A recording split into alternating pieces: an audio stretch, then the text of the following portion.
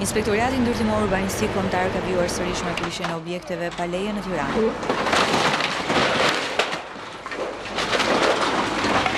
Këtë herë aksioni i policisë është përqendruar në rrugën e Durrësit dhe tek zona e Prulit, ku janë prishur një sër bare shegullinash që kishin zënë hapësira publike.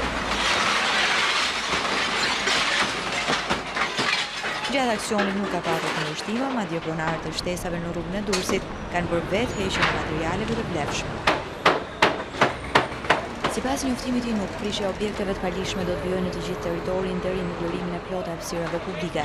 Vetëm në kryeqytet janë në plan për të rrafshuar rreth 600 ndërtime. Në këtë aksion të nuk është përfshirë Inspektorati Urbanistik i Bashkisë së Tiranës. E pyetur për këtë fakt, bashkia pranon se nuk është bërë pjesë e aksionit, por nuk sqaron arsyet. Sipas bashkisë, Rama po prish ato objekte që i lejoi vetë të ngriheshin kur ishte kryetar bashkia, por ndërkaq vetë kryeministri në një reagim në Twitter shkruan se këto janë hapësirat ku me dhe mek do të dëgjohej zëri i qytetarëve, e ku qytetarët janë strukur nën betonin e të fortëve.